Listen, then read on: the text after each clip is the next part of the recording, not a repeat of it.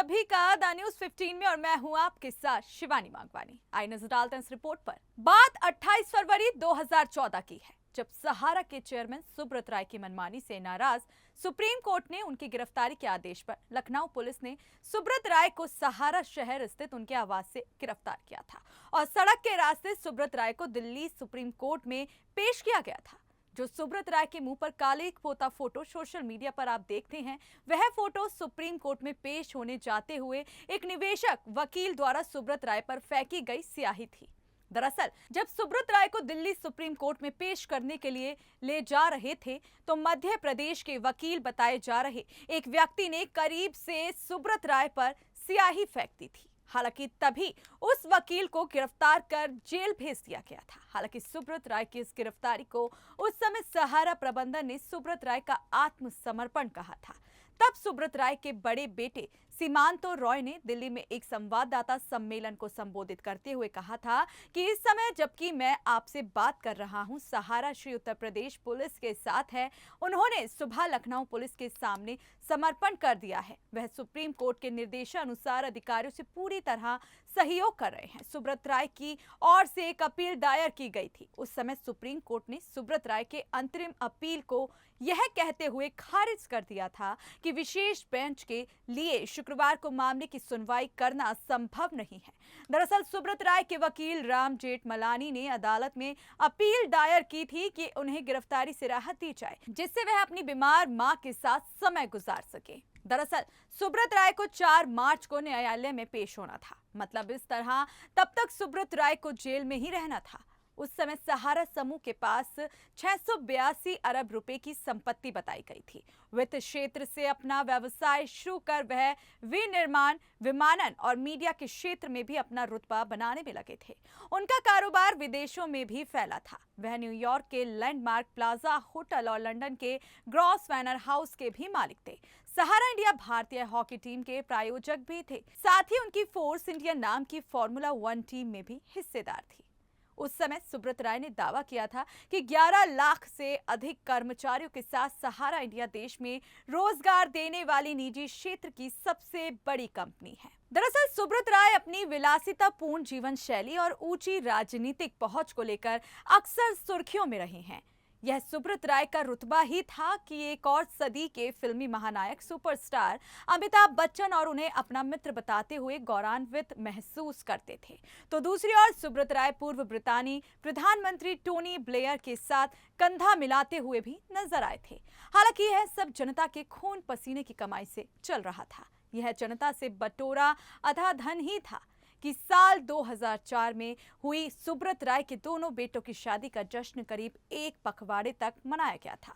सुब्रत राय के दोनों बेटों सीमांतो रॉय और सुशांतो रॉय की इस शादी को शताब्दी की सबसे चर्चित भारतीय शादी बताया गया था और यह शादी मीडिया में छाई रही थी।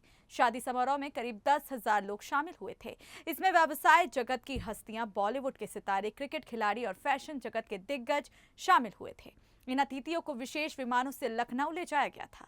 तत्कालीन प्रधानमंत्री अटल बिहारी वाजपेयी भी नव विवाहित जोड़े को आशीर्वाद देने पहुंचे थे। सुब्रत राय के आलोचक कहते हैं कि वह अपनी कंपनी को एक पद की तरह चलाते हैं और खुद को कंपनी का प्रबंधन कार्यकर्ता बताते हैं। वह खुद को सहारा परिवार का अभिभावक बताते हैं। वह बात दूसरी है कि कभी उन्होंने अपने कर्मचारियों की जरूरतों का ध्यान नहीं रखा। उन्होंने रियल एस्टेट में भी हाथ आजमाए, पर किसी कर्मचारी को एक मकान उन्होंने बनाकर नहीं दिया। यदि वह चाहते तो अपने लगभग सभी कर्मचारियों को मकान दे सकते थे, क्योंकि उन्हें मकान की इंस्टॉलमेंट तो उन्हें कर्मचारी की सैलरी से ही काट लेनी थी। दरअसल सुब्रत राय को किसी को मकान बनाकर देना ही नहीं था, उन्हें तो मकान के नाम पर ठगी करनी थी। कुछ भी कहो, सुब्रत राय राजसी ठाट बाट से जिंदगी जी रहे हैं। उनके पास निजी विमानों और हेलीकॉप्टरों का अपना बेड़ा रहा है। उनके एक घर अमेरिकी राष्ट्रपति के कार्यालय व्हाइट हाउस की तरह बना है। एक निजी शहर सहारा शहर में बना उनका एक घर लाखों डॉलर की लागत से तैयार हुआ है, जो कि ब्रिटेन के शाही निवास बकिंगम पैलेस की अनुकृति है। भले ही मध्य पुलिस के हाथ वह ना लगे हों, पर सहारा प्रमुख उत्तर प्रदेश की राजधानी लखनऊ में रहते हैं। भारतीय समाचार पत्र पत्रिकाओं में उन्हें अक्सर देश का सबसे अधिक प्रभावशाली व्यवसायी बताया जाता है।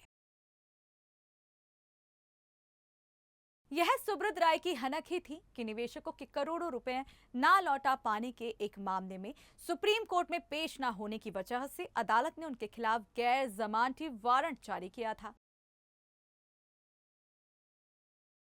उस समय उनकी दो कंपनियों ने 5 साल पहले करीब 240 अरब रुपए एक गैर कानूनी बॉन्ड के जरिए गुटाए थे। अधिकारियों का कहना था कि अदालत के आदेश के बाद भी वह निवेशकों को पैसा लौटाने में नाकाम रहे हैं।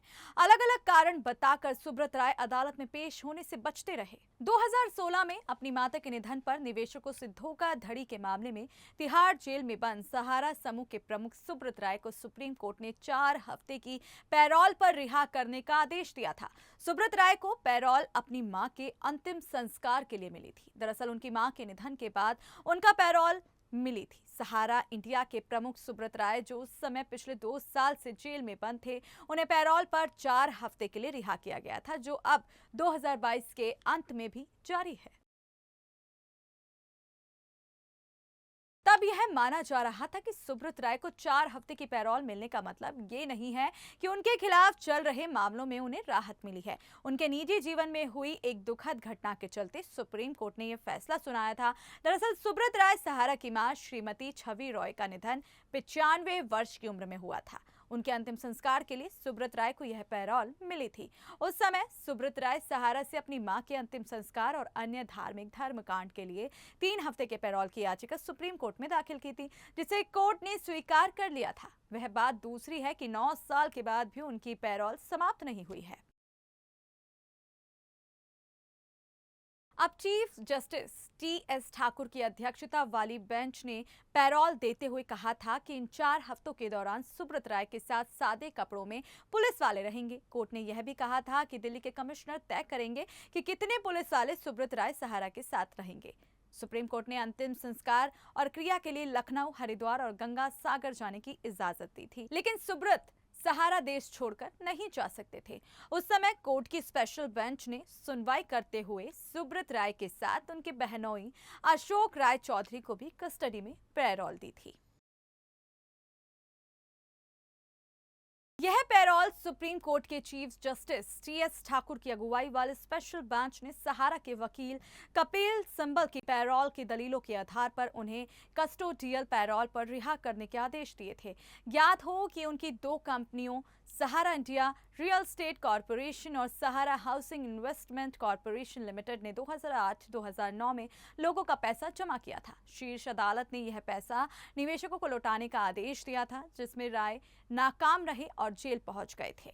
निवेशकों का पैसा ना लौटाने के चलते सुब्रत राय 26 महीने जेल में बंद रहे थे। बाजार नियामक सेबी के साथ विवाद के चलते सुब्रत राय 26 महीनों से जेल में बंद रहे थे।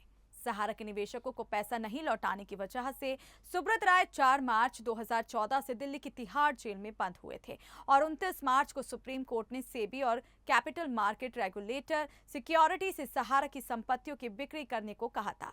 सहारा प्रमुख सुब्रत राय की रिहाई के लिए जमानत राशि जुटाने के लिए सुप्रीम कोर्ट ने सेबी से सहारा समूह की 87 संपत्ति की बिक्री करने के लिए कहा था। सेबी के वकीलों के मुताबिक सहारा समूह की 40,000 करोड़ रुपए की संपत्ति की बिक्री एक बड़ी मेहनत और लंबी प्रक्रिया का काम था, जिसके लिए समय लगने की बात कही गई थी। तो क्या कहना है आपका इस वीडियो को लेकर, हमें कमेंट बॉक्स में जरूर बताएं। साथ ही सहारा से जुड़ी अपडेट्स पाने के लिए हमें आज ही सब्सक्राइब करें।